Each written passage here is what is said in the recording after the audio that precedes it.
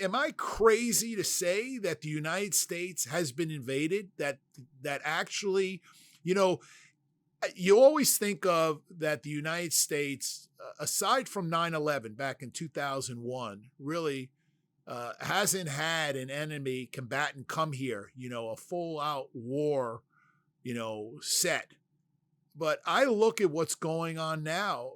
Are we just ignorant to understanding that these people are here amongst us and we are at war because of our open border policies?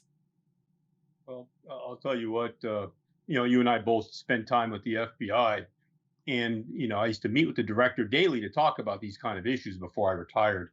And these problems, many of these problems, I'll say, are of our own making. They're of our own making, whether it's from the open borders, the unvetted immigrants, the world events around us that we are either sleeping at the wheel or mishandling.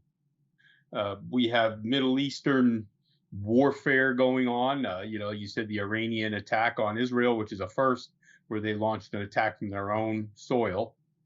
We have a lot of social friction right now. And as you mentioned, there is a growing, I call it a leftist movement in this country where they are anti American, they're divisive, they bring more friction, more discord. Anything that was traditionally an American value, they now hate and want to tear down. They don't have any solutions. They just don't like anything that's going on. And we've effectively allowed criminals, gangs, potential terrorists, foreign operators, and other people of ill repute to enter our country. I saw a note today where I guess ICE, the Immigrations and Customs Informant, I'm sorry, they're HSI now out of DHS, the Homeland Security Investigations. But they arrested 4 people in Boston. They were all illegal immigrants. They're all part of gangs, and they're all up there. One of them, at least, was accused of child rape. And these are the people we're allowing into our communities. So I hold a lot of concern when it comes to the health and welfare of our communities, and our elected officials.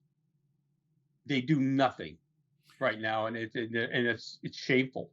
But, Chris, and I understand that the most important constitutionally protected right, the greatest fundamental right that we have here in the United States is our First Amendment right. That is our right to protest, to stand up, to oppose, to give our own opinion without fear of retribution or without fear of reprisal. Just like you and I are having this conversation, quite frankly, we may offend certain people, but our fundamental constitutionally protected right is we can basically voice our opinions. What is concerning to me is that the United States, which really stands for life, liberty, and the pursuit of happiness, and the fiber for which this great nation stands for, the land of opportunity, it's recognizable, meaning that you understand what the United States is and what it stands for.